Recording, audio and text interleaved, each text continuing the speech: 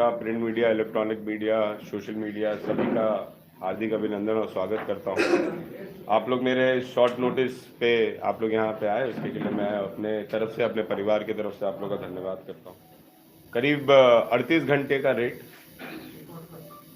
जो आईटी विभाग के द्वारा मेरे घरों पर मारा गया, मैं उसके के लिए और उसकी जानकारी मीडिया बंधुओं के बीच में और झारखंड की जनता के बीच में साझा करने के लिए बैठा हूं, क्योंकि मैं एक पॉलिटिकल जीवन से बिलोंग करता हूं और मेरा ये फर्ज बनता है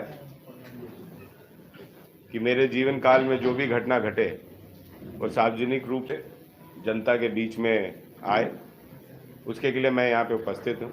भले आयकर विभाग की टीम बिना प्रेस ब्रीफिंग के चली गई, लेकिन मेरी जिम्मेवारी बनती है कि उनके तरफ से जो कुछ कार्रवाई की गई, अब पेपर्स आपके सामने है, पंचनामा आपके सामने है। आईटी के अधिकारियों ने बहुत कोऑपरेट किया है, हमें हरास नहीं किया है, लेकिन उनकी रेड 2 दिन पहले ही खत्म हो गई थी, परसों ही। उसके बाद भी वो मेरे घर पे बने रहे, मेरे बेरमो आवास में भी बने रहे, मेरे पटना आवास को छोड़ दिया गया, लेकिन ये दोनों आवास में बने रहे। और पूरी रेड कंडक्ट होने के बाद उनको शाम में ऊपर से ऑर्डर आए तो वो चले गए।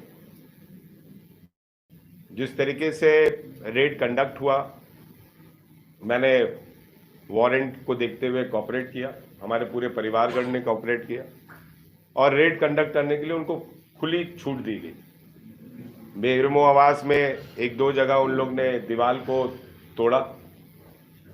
अब वो दीवार बनाएगा कौन मेरे घर का, वो मुझे जानकारी नहीं है, लेकिन वहां पे भी कुछ नहीं मिला।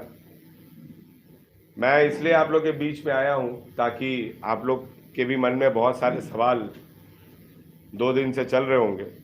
मैं एक एक करके सबका सवाल का जवाब दे दूंगा, चाहे आप लोग 1 घंटा बैठाइए या 2 घंटा बैठाइए, क्योंकि हमारा परिवार शुरू से सार्वजनिक जीवन जिया है और जनता के बीच में और पत्रकारों को सम्मान देते हुए राजनीतिक जीवन का निर्वहन किए हम लोग। तो इसीलिए मैं आया हूं, क्योंकि इतने ज़्यादा स्पेकुलेशंस किए जा रहे थे। मेरी आई बता दी गई कि इनकम टैक्स के अधिकारियों द्वारा ये सूचना मिली है कि अनूप सिंह की प्रतिदिन की कमाई 1 करोड़ रुपया।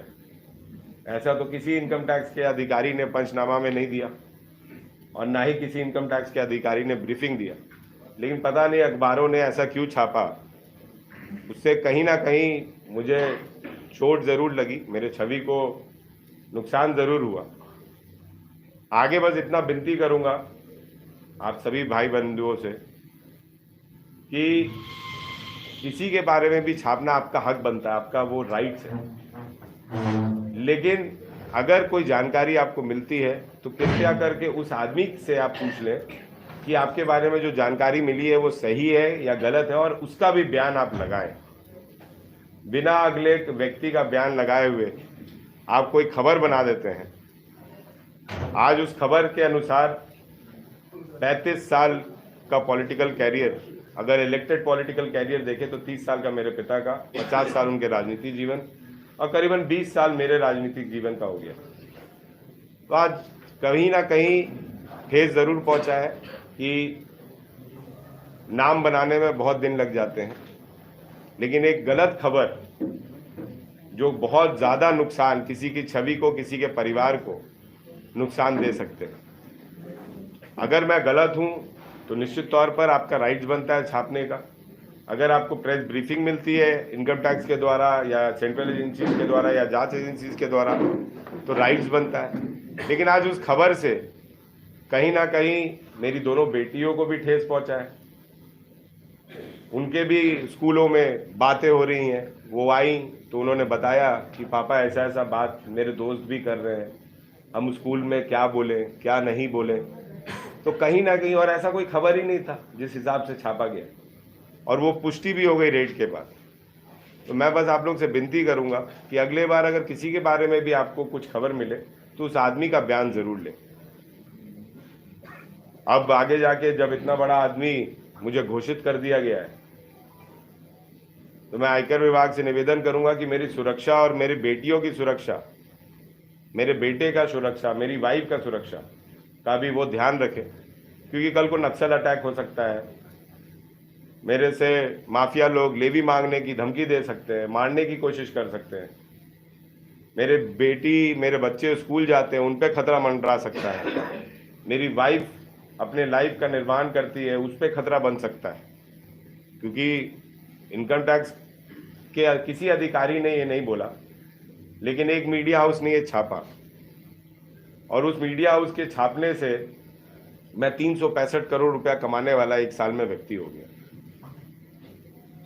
अब मैं 365 करोड़ का व्यक्ति हूं, तो निश्चित तौर पर मेरे ऊपर खतरा तो मंडराएगा, क्योंकि मैं नहीं समझता हूं कि मेरे से ज़्यादा बड़ा बिजनेसमैन उस मीडिया हाउस के मुताबिक कोई आज के डेट में झारखंड में होगा।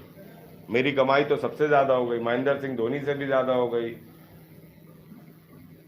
तो इसलिए मैं समझता हूं कि ऐसे खबरों से हम लोग को बचना चाहिए। आप लोग यहाँ पे आए, आप लोग ने मुझे सुना, उसके लिए तहे दिल से धन्यवाद करता हूं। और अगर आप लोग का क्वेश्चन कुछ है तो मैं एक एक करके आप लोग के क्वेश्चन का जवाब दूंगा। जब तक आखिरी व्यक्ति का जवाब नहीं दे देता, मैं यहाँ से जाऊँगा।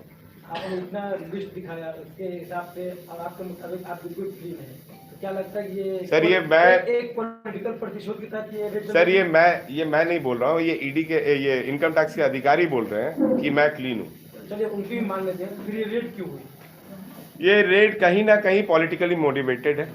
ये रेड कहीं ना कहीं पॉलिटिकल प्रेशर के द्वारा झारखंड सरकार को बदनाम करने की साजिश, झारखंड सरकार में जो लोग, जो विधायकगण झारखंड सरकार को सपोर्ट कर रहे हैं, उन्हें बदनाम करने की साजिश।